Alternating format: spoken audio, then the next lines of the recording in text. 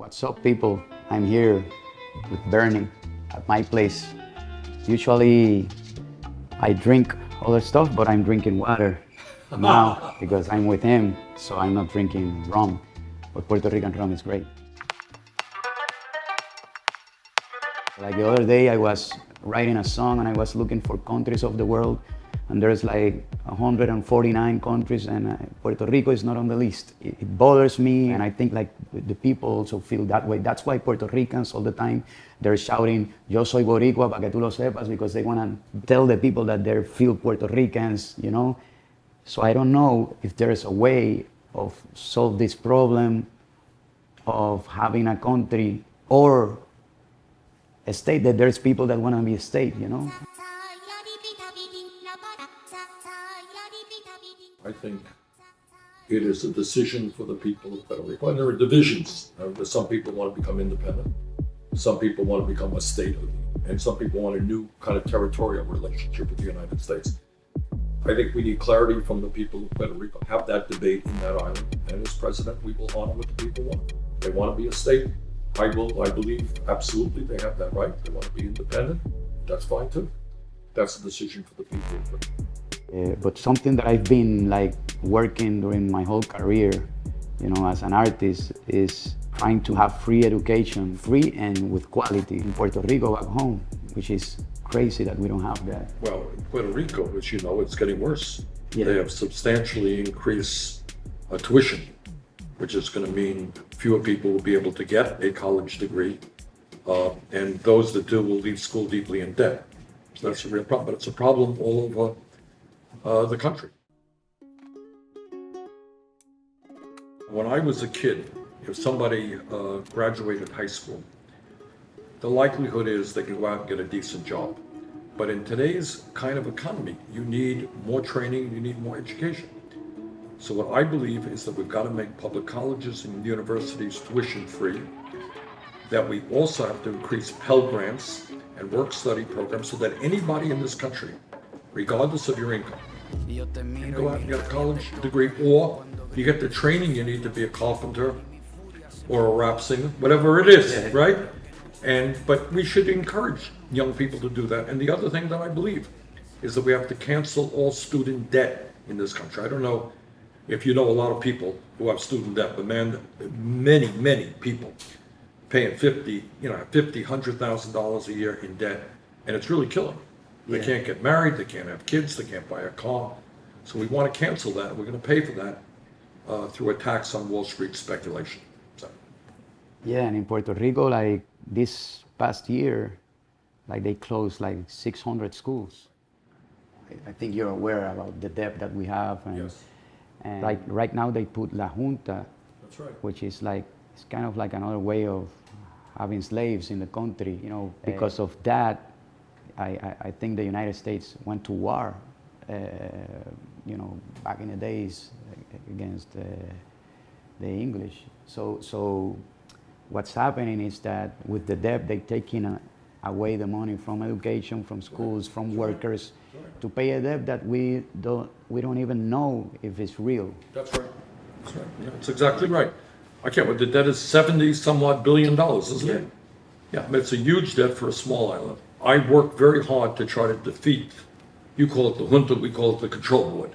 That's 5 people who now are imposing extreme austerity on the people of Puerto Rico. So they're cutting back on pensions, they're shutting down schools, they're raising tuition at the university, they're making it harder for ordinary working people in Puerto Rico. And the result is that hundreds of thousands of people are now leaving the island, I think, which is a brain drain, which makes it harder, right? You have your young, bright people leaving the island and makes it harder for the island to recover. I'm working, I don't know if you know Carmen Yulín Cruz, the mayor of San Juan.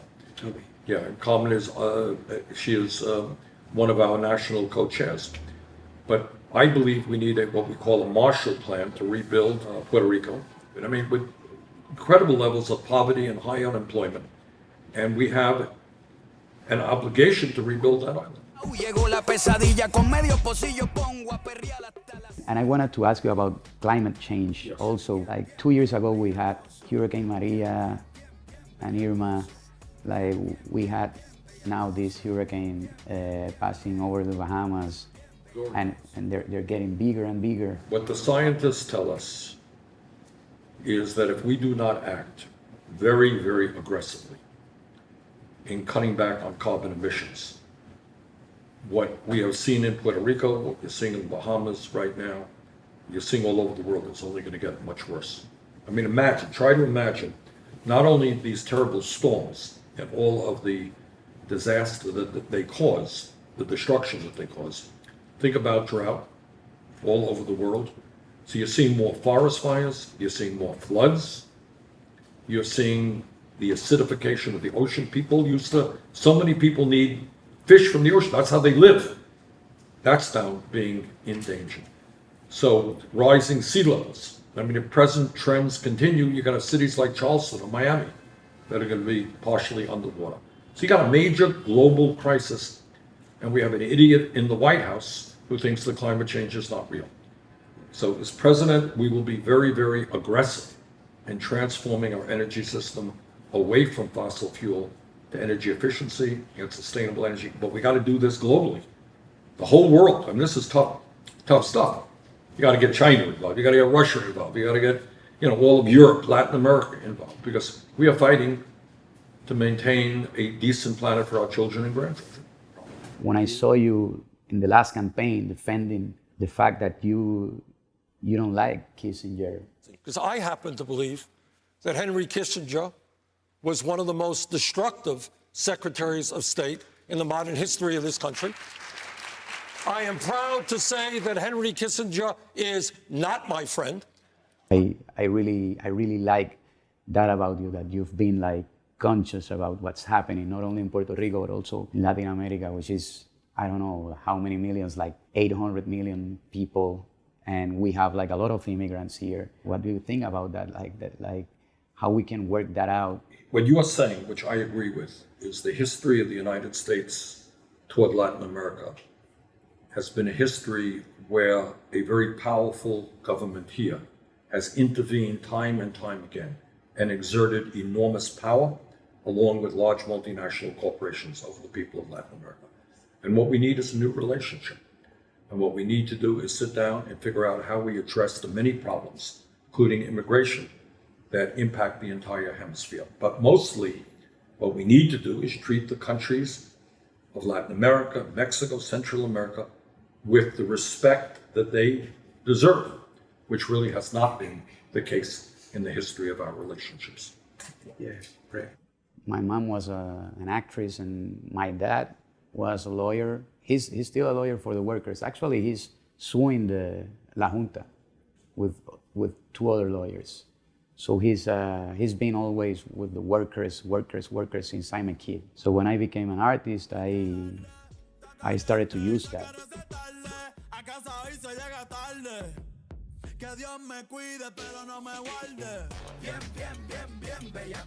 So I started to use the stage as a platform for people who doesn't have a voice. In some countries, it was very difficult because you're not from that country, so you can't talk about that country. Right.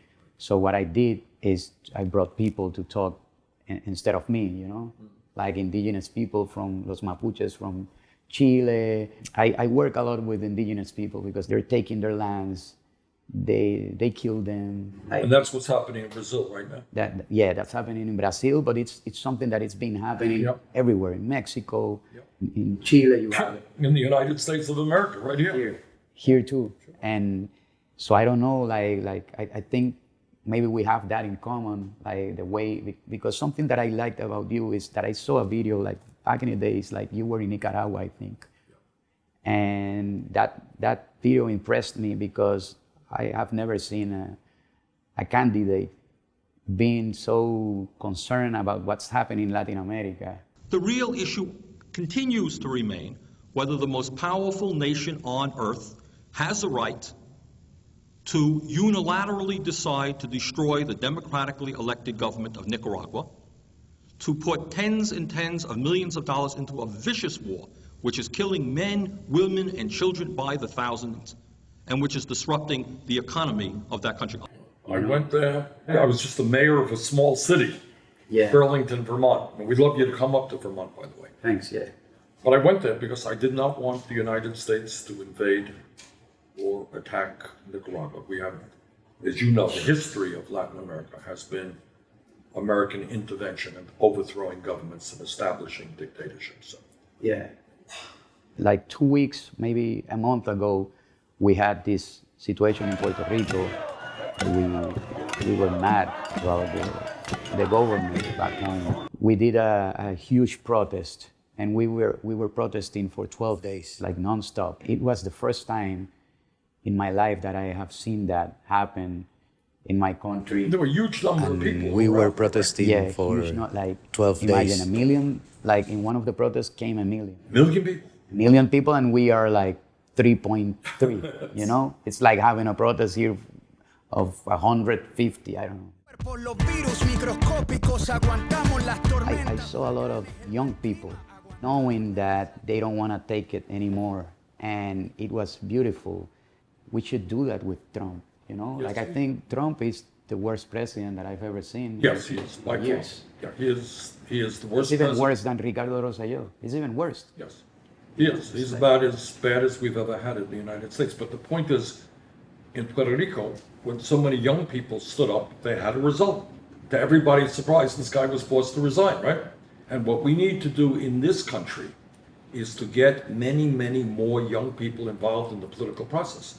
Because a lot of these kids, their hearts are in the right place. They are very progressive in their hearts, but they're kind of disillusioned about politics. Many of them don't vote, they're not registered to vote.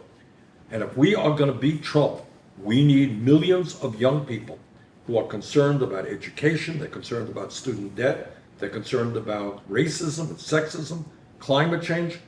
These are great young people who want justice in this country. But unless they get involved in the political process, you know, it's going to be hard to bring about the changes that we need. So I thank you and other artists who, you know, reach out to millions of people to get them involved. That's really important. I'm delighted to be here with Residente. It is beautiful residence. It's been a good chat. And this is a great guy. He's a great artist. And his heart is in the right place because he's trying to improve life for people in Puerto Rico, the United States, and all over the world. So thank you all very much for what you do. Thank you. Thank you.